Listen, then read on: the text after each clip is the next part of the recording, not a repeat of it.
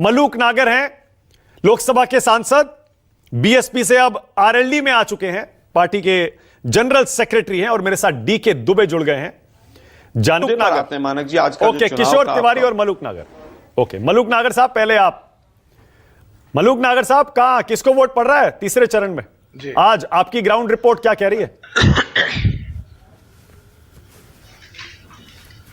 सब ये तो मेरे हिसाब से किसी से भी पूछोगे वो यही कहेगा कि हमको वोट पड़ रहा है, इसका पैमाना क्या है।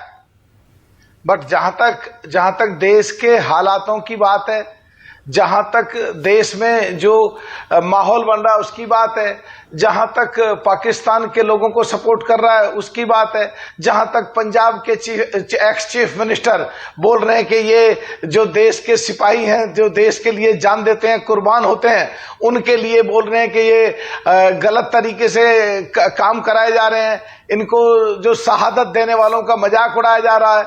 तो जो देश का माहौल बन रहा है वो सीधा सीधा या मंदिर के बारे में कुछ का कुछ बोला जा रहा है, या सनातन के बारे में जिस दिन कांग्रेस के अध्यक्ष बनते हैं उसी दिन खिलाफ बोलते हैं, या सो कॉल्ड इंडिया गठबंधन के जो साथी हैं वो सनातन के खिलाफ बोल रहे हैं। तो जो देश के अंदर माहौल बन रहा है, जो 75-80% लोग हैं, रोज उन पे चोट पड़ेगी, चोट पड़ेगी, चोट पड़ेगी, तो वो वोट कहां देंगे?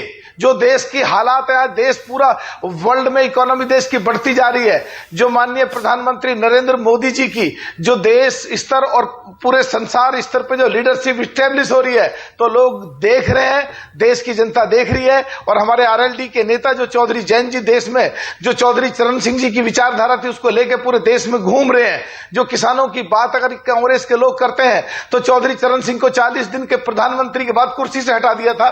40 साल से लगातार मैंने 3 बार मांग करी है देश की संसद में कि इनको भारत रत्न दिया जाए, भारत रत्न नहीं दिया जा रहा था। तो जो किसानों के खिलाफ भी पिछली सरकारों में कांग्रेस ने काम करे, और वो जो सो कॉल्ड इंडिया गठबंधन के जितने भी लोग हैं, अगर वो आज भी ये कहें कि वाकई चौधरी चरण सिंह जी को जो भारत रत्न दिया है वो सरकार ने अच्छा काम किया है, तो हमको लगेगा ये जिसको कांग्रेस का मसीहा किसानों का मसीहा कहते हैं, किसानों का देवता कहते हैं, उनको अगर भारत रत्न दिया जा रहा तो ये उनकी सराहना करते हैं। तो ये देश के किसानों के बारे में सोच रहे हैं। जब देश की पार्लियामेंट में किसानों की बातें चलती हैं तो बेंच की बेंच खाली पड़ी रहती है और ये सन्नाटा छाया रहता है। ये जब हम लड़ रहे होते हैं, जूझ रहे होते हैं, भिड़ रहे होते हैं, टकर रहे होते थे किसानों के लिए, इनकी सीटें खाली पड़ी रहती थी। अब चुनाव के समय पर आके क्या झूठ बोल रहे हैं, क्या सच बोल रहे हैं, क्या घड़ियालू आंसू बहा रहे हैं, पता नहीं है। तो सबको देख कर लगता है कि ज्यादातर वोट इस देश में आज की तारीख में हमको मिल रही है, एनडीए को मिल रही है। ओके, मलूक नागर साहब, एक तो मैं आपकी तारीफ करूंगा पहले,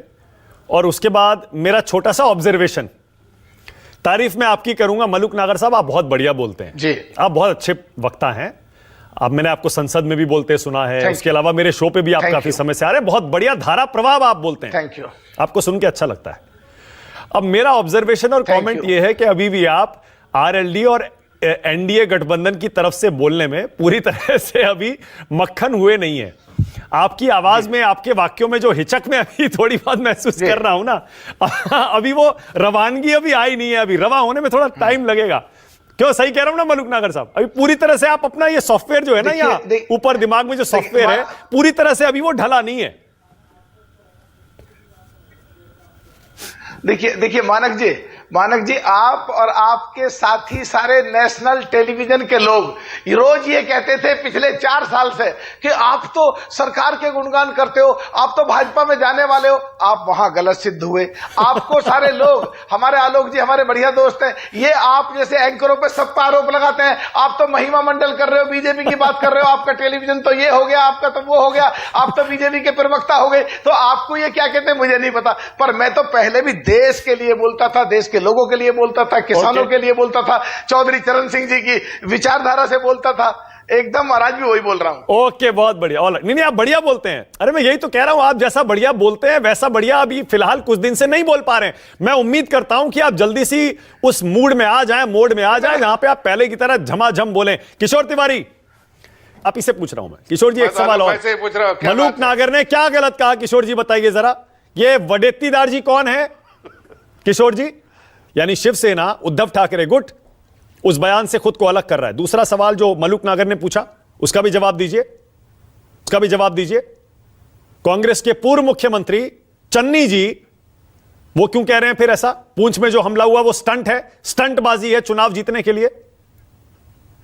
मलूक नागर बोलिए, मलूक नागर कुछ कहना चाह रहे हैं, बोलिए मलूक नागर साहब। देखिए, एक तो जो हमारे किशोर जी कह रहे हैं कि एक भी सीट आ गई तो ये संन्यास ले लेंगे, ये इनके हिसाब से ये 100% ठीक कह रहे हैं, क्योंकि ये पहले बीजेपी में रहे और अब जहां आ गए हैं वहां इन्हें दिख रहा है कि वाकई सुपड़ा साफ है, तो जब वहां खत्म ही होना है तो इनको तो संन्यास लेना ही ठीक है। इसलिए जो ये कह रहे ठीक ही कह रहे।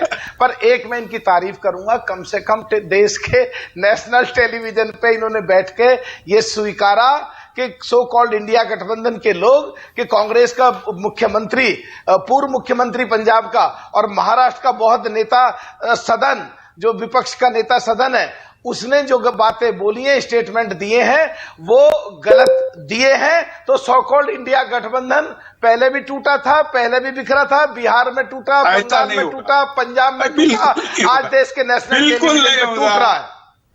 नहीं, मोदी जी को पदच्युत करके ही। और जो आलोक जी, किशोर जी, हाँ बोलिए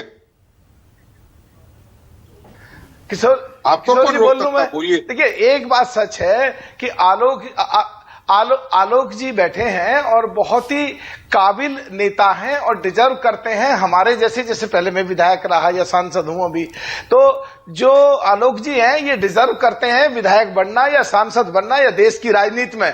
पर ये भी कब तक रहेंगे प्रवक्ता बन के? एक दिन आएगा इनको भी छोड़ के जाना पड़ेगा, ये भी कहीं ना कहीं जाके एडजस्ट होंगे, तो ये भी पूर्व हो जाएंगे और ये भी कांग्रेस छोड़नी पड़ेगी इन्हें भी। ये तो लाइन लगी पड़ी है। अरे आलोक जी, एक ही बार में जवाब दीजिए जवाब।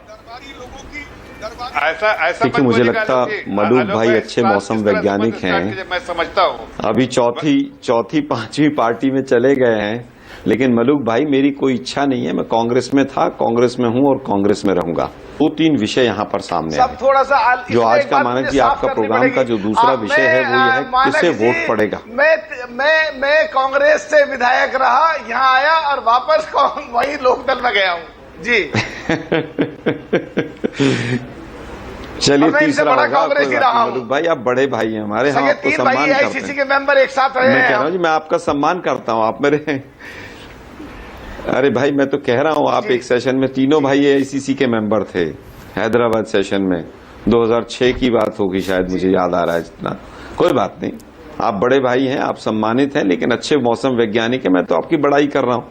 खैर, आज मानक जी अब ये तो इलेक्शन कमीशन ही बता रहा है 10 बजे इतना, 11 बजे इतना, 12 बजे इतना। आप ये अरे मलूक